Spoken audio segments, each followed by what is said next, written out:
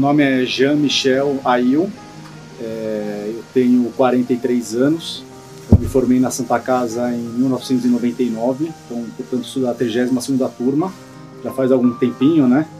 Então, na época, minha família é uma família de imigrantes, né, que vieram basicamente, praticamente depois da Segunda Guerra Mundial para o Brasil, então eu sou a segunda geração nascida aqui, eu não tinha nenhum médico na família antes, né, de avós para trás, mas eu tenho o histórico do meu pai e do meu tio, que eram médicos, né, então eu sempre me espelhei muito no meu pai, que era cardiologista, era da Faculdade de Medicina da USP, né, e desde criança, assim, ele tinha um pronto-socorro, e nesse pronto-socorro, quando ele levava a gente que ele precisava passar a visita, a gente ficava esperando ou no carro, ou às vezes na sala de espera do pronto-socorro. Eu sempre pensava assim, um dia eu vou poder entrar aqui, um dia eu vou entrar aqui, e aquilo ficou na minha cabeça, e eu já sabia então desde bem pequenininho que eu seria médico, né? Então, quando eu entrei na escola, no fundamental, e depois na época no pré-vestibular, eu já tinha essa ideia, então eu procurei fazer uma escola mais forte, assim, porque eu sabia que medicina exigia um estudo mais pesado, né? E acabei entrando na Santa Casa. Na época eu não entendi porque meu pai ficou tão feliz quando eu entrei na Santa Casa. Ele que era da USP e eu tinha crescido mais ou menos na atlética da USP com o meu pai, eu não entendia porque ele estava tão feliz assim, mas quando eu entrei na faculdade, e primeiro eu vou falar assim do dia que eu vim fazer a matrícula, que eu não conhecia a Santa Casa, mas quando eu entrei no jardim da Santa Casa e fui subindo e vi o prédio, como eu gosto muito de história, só o aspecto do prédio que é monumental da Santa Casa, aquele aspecto gótico do jardim, aquilo já me deixou assim numa felicidade muito grande, assim, que é muito impactante quando você olha o prédio da Santa Casa, né? Ele é muito bonito e você vê que existe uma tradição lá, existe um peso daquele prédio, existe alguma coisa muito forte que fala que aquilo lá tem alguma coisa muito especial, né? Então eu já fiquei feliz muito na entrada do vestibular. E aí quando eu comecei a frequentar a faculdade, eu fui conhecendo alguns professores e muitos deles tinham trabalhado com meu pai no pronto-socorro do meu pai, que eram oriundos da Santa Casa e foram médicos do pronto-socorro dele.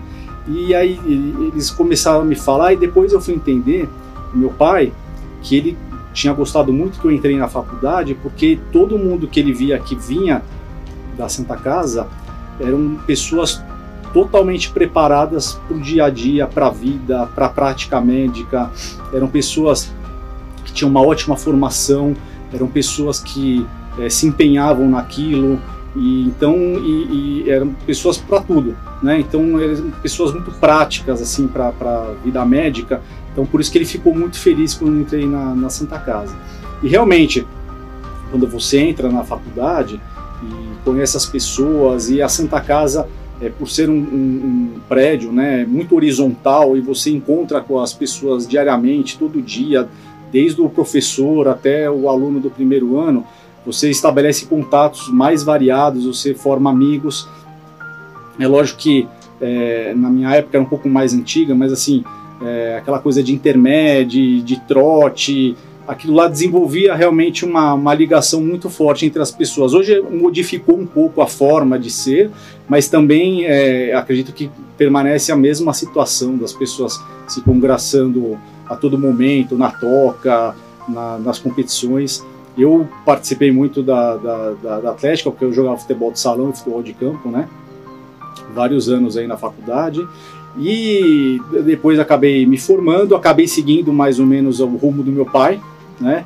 Então eu fiz a clínica médica na Santa Casa, ainda era o pronto-socorro amarelinho, o antigo pronto-socorro, o Dr. Valdir Golin, que era o chefe que depois acabou me chamando quando eu terminei a residência de clínica médica para ser assistente da emergência da Santa Casa. Então desde 2002 eu sou médico contratado da Santa Casa do serviço de emergência, o que me dá muito orgulho, né? Me dá muito orgulho pela confiança que me foi dada na época, né, para pertencer ao quadro do hospital, por poder estar participando da formação de inúmeros outros médicos, né, residentes, e também ter contato com alunos de internato de 5º e 6º ano. Eu cheguei a ser também monitor de propedêutica, então logo durante a faculdade mesmo eu tinha essa ligação com os alunos, que essa parte acadêmica também é muito importante no nosso dia a dia, né? Então, esse ano, por exemplo, eu completei acho que 26 anos de Santa Casa, né? Desde 94 que entrei na faculdade até hoje que eu mantenho essa ligação com o serviço de emergência, então eu nunca saí da Santa Casa. Eu acabei a clínica médica, depois eu fui fazer cardiologia aí já assim no INCOR, na USP, mas nunca abandonei a minha casa, né? Que seria a Santa Casa de São Paulo. Então, eu moro aqui no bairro, em Higienópolis, então o prédio da Santa Casa praticamente está presente no meu dia a dia, todos os dias, né, na minha rotina diária.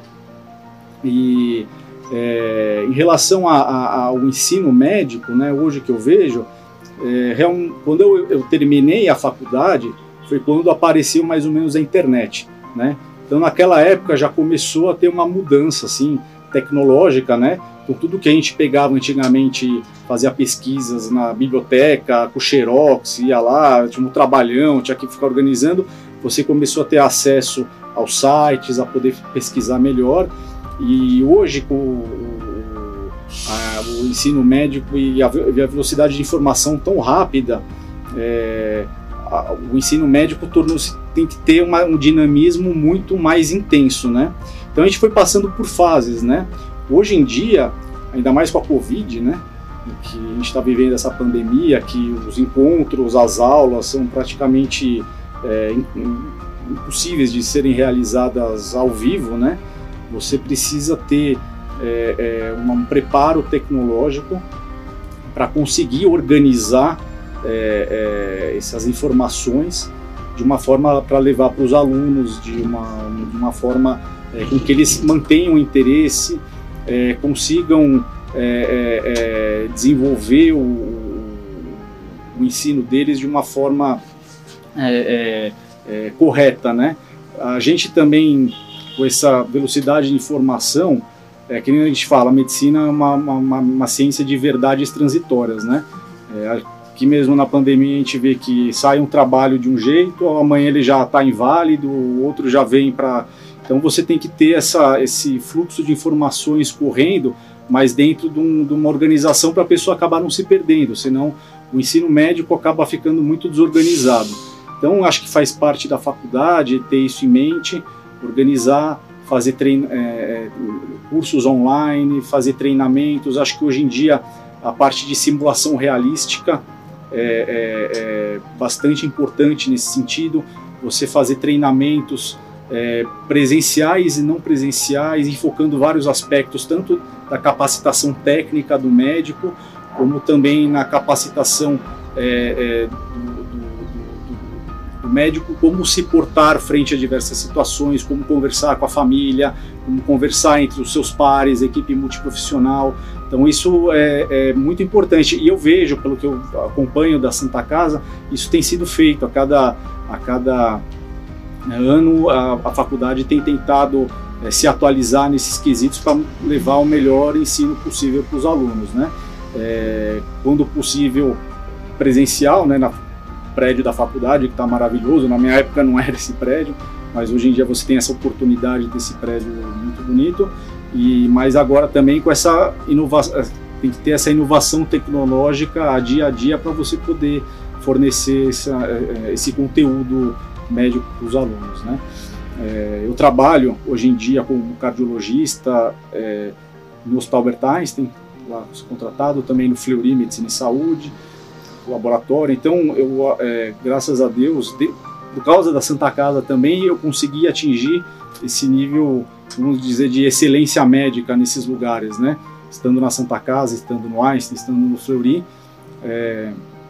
e com isso eu vejo que você precisa manter essa excelência médica no ensino, essa necessidade de estar sempre se atualizando, a necessidade de estar sempre inovando. Isso é fundamental para a prática médica, para o médico se desenvolver no seu dia a dia.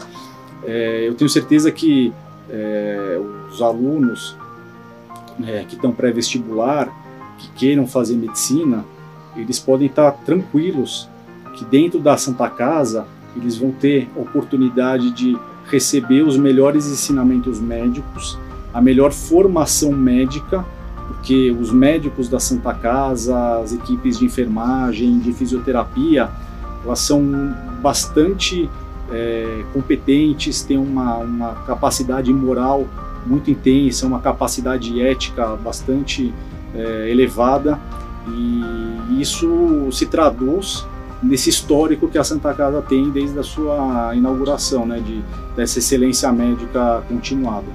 Então, eu vejo que a Santa Casa ela desempenha um papel muito importante na sociedade, né, como um todo, porque ela é um hospital público um público assim que atende ao SUS, né, que hoje em dia ela funciona para a sociedade como um dos poucos hospitais de porta aberta na cidade, né? Então isso é fundamental, porque às vezes é o único lugar onde o paciente pode se direcionar, né? E com isso também o aluno ele pode se deparar com uma gama de pessoas, pacientes e tipos de doenças que em poucos lugares do mundo ela vai ter essa oportunidade, né? Sendo um hospital que atende todas as classes sociais, qualquer pessoa que venha para cá, qualquer tipo de doença que venha para cá. Então isso dá para o aluno e para o médico uma grande chance de ter contato e desenvolver a melhor medicina possível, né? Do que eu vejo da medicina hoje em dia, como eu falei, ela está em constante mudança, né? Eu acho que tem um momento de quebra de paradigmas, existe uma necessidade grande do desenvolvimento de tecnologias, então a telemedicina, medicina robótica, educação à distância, simulação realística, são todos elementos que vêm para mudar como a medicina era feita antigamente, né? Porque acho que as sociedades hoje em dia vão se organizar de uma forma onde aquela medicina mais tradicional, onde o indivíduo era obrigado a ir até o médico, receber uma receita em mãos, tudo, eu não sei se vai caber muito mais nos dias atuais, os que vão vir, né? Então, eu acho que é uma coisa que não dá para lutar contra, né? É preciso que as pessoas entendam isso, né? Que as coisas estão mudando e a pessoa tem que embarcar no trem e ela mesma desenvolver essas capacidades para estar dentro dessa nova onda, né? A gente realmente não sabe como isso vai evoluir ao longo do tempo, né? Como vai ser o desenvolvimento disso, né? Mas a gente espera que ainda o médico tenha aquele olhar humano e aquele capacidade de desenvolver, apesar da tecnologia, manter o contato, a empatia, a relacionamento de confiança entre médico e paciente, que é o fundamental, né? A tecnologia vai vir, isso a gente já sabe que está dentro. O médico precisa se adaptar a isso. Mas esse lado ético, moral, da empatia e da confiança, isso aí precisa se estabelecer e ser mantido. Como essas relações vão se manter ao longo do tempo, isso que é a grande incógnita, que a gente não sabe ainda como que vai se estabelecer, mas de alguma forma isso vai ocorrer sim. O jovem, ele vai entrar numa área que é muito nobre, né? Que é uma área onde você primeiro precisa botar na cabeça que você não vai estar pensando em você mesmo, você vai estar pensando no outro, né? É lógico que a pessoa quer fazer medicina para ter o seu ganha-pão, ter o seu desenvolvimento pessoal, eventualmente seguir sua carreira, seja acadêmica ou não acadêmica, mas ele tem que ter em mente que ele está fazendo coisas para beneficiar uma terceira parte, que são os pacientes, a sociedade como um todo. Então, é uma profissão que vale muito a pena. Apesar de você ver coisas tristes, você tem as recompensas financeiras e não financeiras, né? De você ter o carinho das pessoas, o reconhecimento das pessoas. O aluno ele precisa entender que a tecnologia é uma aliada lutar contra ele. Ele precisa entender que ele faz parte de um sistema, então ele precisa ter autonomia, mas ele não é totalmente autossuficiente. Ele tem que entender que ele faz parte de equipes, e essas equipes ele é uma peça de engrenagem. E se ele não se dá bem com a equipe multiprofissional, não respeitar a enfermagem, não respeitar as outras equipes que estão associadas a ele, ele vai dificultar o caminho dele.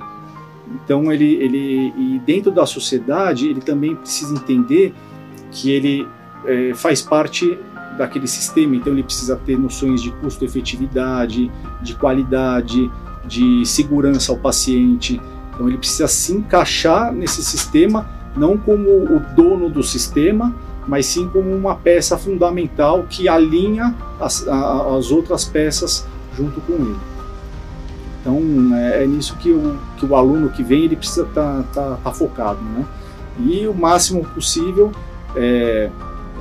ele tem que manter aquele lado generalista dele, onde ele vai ser um médico que as pessoas vão procurar ele para algumas opiniões, para ele dar uma orientação geral, mas ao mesmo tempo é importante que dentro da área dele ele também se especialize em alguma coisa que ele faça a diferença, né? Um procedimento, alguma área onde ele possa se despontar e ser alguma referência. Acho que os dois lados são importantes. Se ele puder manter pesquisa também, e ensino, isso também sempre vai ser uma coisa bastante procurada por todas as áreas, né? Seja indústria, seja os hospitais, ou uma pessoa que esteja dedicada ao ensino.